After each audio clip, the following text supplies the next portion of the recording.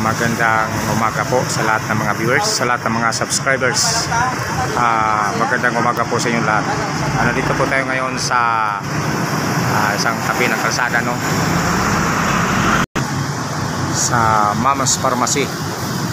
Nandito po tayo ngayon upang bumili po tayo dahil masarap yung ano niya, matamis yung lansones na galing ng Dipolog. Galing Dipolog dong, no? Okay, galing ng Dipolog daw. Yan po ay galing ng Pulo-Sulo. So sa Mindanao. Okay, yeah. Ayan, napakatamis po ng ano nila, lansones, no? So tinikpan natin yung isa. Tag 80 ang kilo. Yun namang isa, tag 200 ang kilo. Yan galing ng Suluhulo.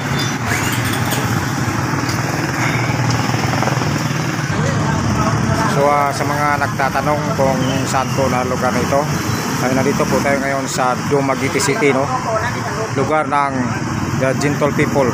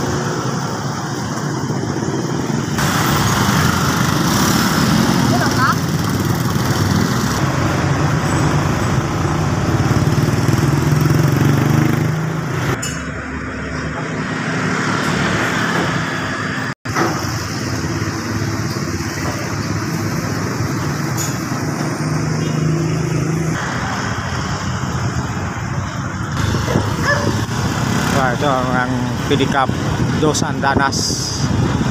Dos Andanas po ang pedicab.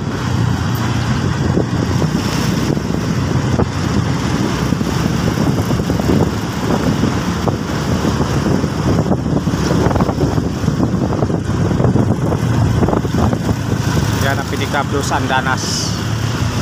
Yan.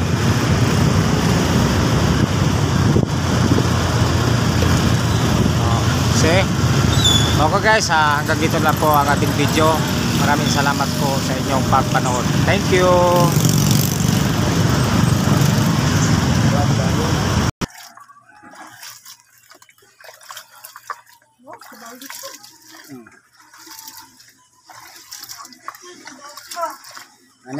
Tinay sa baboy, oh.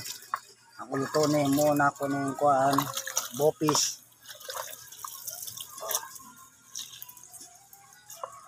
Ako ng mantika.